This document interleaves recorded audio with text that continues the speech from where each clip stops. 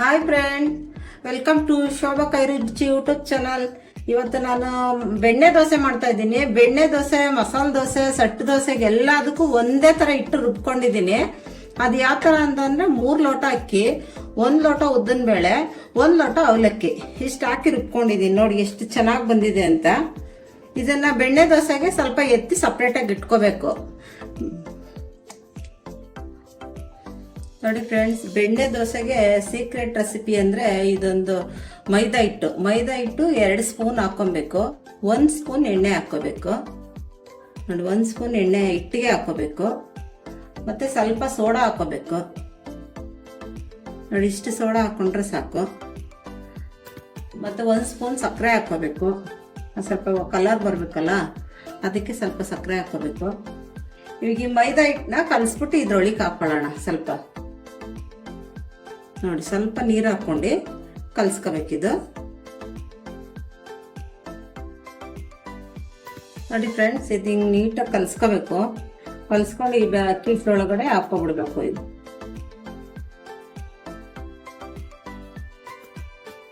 ನೋಡಿ, ಇದು ಚೆನ್ನಾಗಿ ಹಿಂಗೆ ಮಿಕ್ಸ್ ಮಾಡ್ಕೊಬಿಡ್ಬೇಕು. ನೀಟಾಗಿ ಅದಕ್ಕೆ ಬರಬೇಕಿದು. ನೋಡಿ ಹಿಟ್ಟು ಎಷ್ಟು ಚೆನ್ನಾಗಿದೆ ಅಂತ. ಹಿಂಗೆ ಬಂದರೆ ಚೆನ್ನಾಗಿರುತ್ತೆ. ಒಂದು 10 ನಿಮಿಷ ಇದು ಹಂಗೆ ಬಿಡಬೇಕು. ಆಮೇಲಿಂದ ದೋಸೆ ಹಾಕೋಬೇಕು. ದೋಸೆ ಇದು ಮೈದಾ ಹಿಟ್ಟೆಲ್ಲ ಹಾಕಿದೀವಲ್ಲ, ಇದನ್ನ ನೋಡಿ ಏನು ಸೂಪರ್ ಆಗಿದೆ ಹಿಟ್ಟು ಅಂತ. ಇವಾಗ ಇದಕ್ಕೆ ನಾನು ಚಟ್ನಿ ಮಾಡ್ಕೋಬೇಕು, ಆಲೂಗಡ್ಡೆ ಪಲ್ಯ ಮಾಡ್ಕೋಬೇಕು. ಅದು ತೋರಿಸ್ತೀನಿ ಬನ್ನಿ. ಇವಾಗ ಚಟ್ನಿ ಮಾಡ್ಕೊಳ್ಳೋ ತೋರಿಸ್ತೀನಿ ಫಸ್ಟು. ನೋಡಿ ಫ್ರೆಂಡ್ಸ್, ಈ ಚಟ್ನಿಗೆ ಬರೀ ತೆಂಗಿನಕಾಯಿ, ಶುಂಠಿ, ಮೆಣಸಿನ್ಕಾಯಿ ಇಷ್ಟೇ ಬೇಕಾಗಿರೋದು. ಏನು ಹಾಕ್ಬಾರ್ದು ಇದಕ್ಕೆ. ಬೆಣ್ಣೆ ದೋಸೆ ಚಟ್ನಿ ಅಂತಂದ್ರೆ ಸಿಂಪಲ್ ರೆಸಿಪಿ, ಆದರೆ ತುಂಬ ಟೇಸ್ಟ್ ಆಗಿರುತ್ತೆ.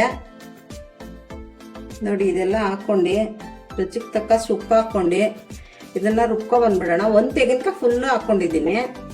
1 ತೆಂಗಿನಕಾಯಿ ಫುಲ್ಲು ಹಾಕಿದ್ರೆ ಒಂದು 5-6 ಜನ ತಿನ್ಬೋದು, ಅಷ್ಟು ಆಗುತ್ತೆ. ಇದು ರುಬ್ಕೊಂಬರ್ತೀನಿ ಇದನ್ನ. ನೋಡಿ ಫ್ರೆಂಡ್ಸ್, ಚಟ್ನಿ ರುಬ್ಕೊ ಬಂದಿದ್ದೀನಿ. ಇಷ್ಟೇ ತರಿನೇ ಇರಬೇಕು, ಜಾಸ್ತಿ ನೈಸ್ ರುಬ್ಬೇಡ್ತಿದ್ದನ್ನ. ಇದಕ್ಕೊಂದು ಒಗ್ಗರಣೆ ಹಾಕೋಬೇಕು.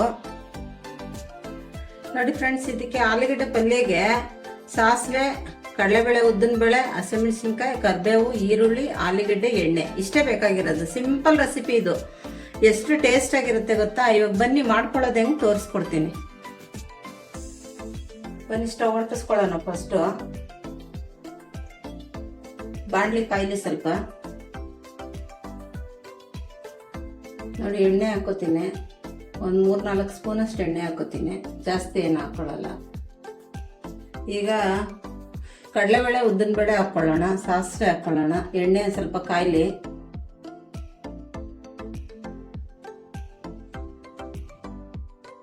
ಈಗ ನೋಡಿ, ಕಡಲೆಬೇಳೆ, ಉದ್ದಿನಬೇಳೆ ಹಾಕ್ತಾ ಇದ್ದೀನಿ.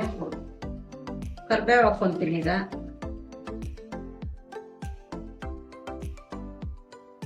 ಕಡಲೆಬೇಳೆ, ಉದ್ದಿನಬೇಳೆ, ಸಾಸಿವೆ ಎಲ್ಲ ಚೆನ್ನಾಗಿ ಸಿಡಿಬೇಕು. ಸಿಡಿಯೋ ಒಗ್ಗರಣೆ ಎತ್ತಿ ಸ್ವಲ್ಪ ಚಟ್ನಿಗೆ ಹಾಕ್ಕೊಂತೀನಿ ಅಷ್ಟೇ. ಚಟ್ನಿಗೆ ಒಂದು ಸ್ವಲ್ಪ ಹಾಕೊಂತ ಇದ್ದೀನಿ, ಅದೇ ಒಗ್ಗರಣೆ.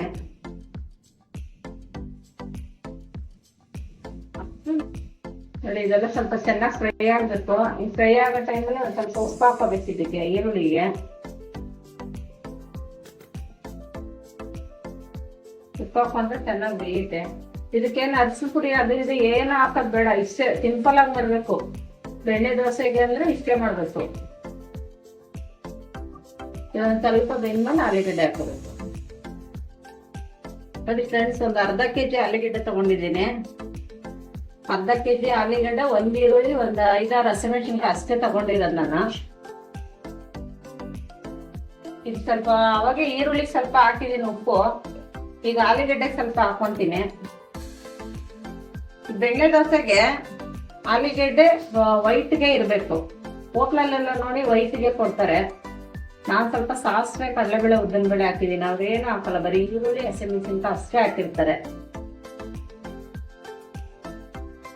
ನೋಡಿ ಎಷ್ಟು ಚೆನ್ನಾಗಿದೆ ಕಲರ್ಫುಲ್ ಆಗಿ.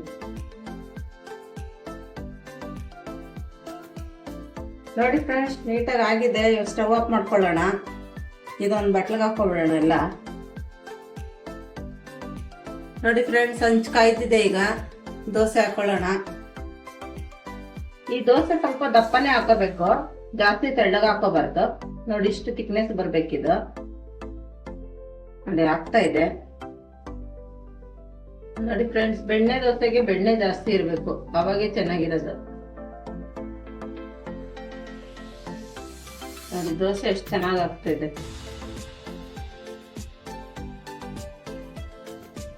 ನೋಡಿ ಈ ತರ ಗೋಲ್ಡನ್ ಕಲರ್ ಬರ್ಬೇಕು ದೋಸೆ, ಅವಾಗೆ ಚೆನ್ನಾಗಿ ಬೆಣ್ಣೆ ದೋಸೆ ಬಂದಿದೆ ಅಂತ.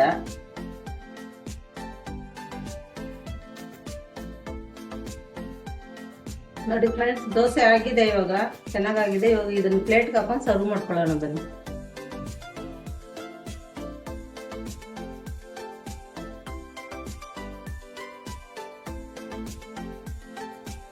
ನೋಡಿ ಫ್ರೆಂಡ್ಸ್, ಬೆಣ್ಣೆ ದೋಸೆ ರೆಡಿಯಾಗಿದೆ. ನೋಡಿ ಎಷ್ಟು ಚೆನ್ನಾಗಿದೆ ಅಂತ, ಎಷ್ಟು ಸ್ಪಾಂಜ್ ಆಗಿ ಎಷ್ಟು ಚೆನ್ನಾಗಿದೆ. ತಿಂದ್ರೆ ಹಂಗೆ ಕರ್ಗೋಗ್ಬೇಕು ಬಾಯಲ್ಲಿ, ಅಷ್ಟು ಚೆನ್ನಾಗಿರುತ್ತೆ ಇದು ದೋಸೆ. ನೋಡಿ ನೋಡಿದ್ರೇ ಗೊತ್ತಾಗುತ್ತೆ, ತುಂಬ ಚೆನ್ನಾಗಿ ಬರುತ್ತೆ ದೋಸೆ. ಮನೇಲಿ ಮಾಡ್ಕೊಳ್ಳಿ, ಮಾಡಿಬಿಟ್ಟು ನಮಗೆ ಕಮೆಂಟ್ ಬಾಕ್ಸಲ್ಲಿ ತಿಳಿಸಿ ಹೆಂಗಿದೆ ಏನು ಅಂತ ಟೇಸ್ಟ್ನ, ನಮಗೂ ಗೊತ್ತಾಗುತ್ತೆ.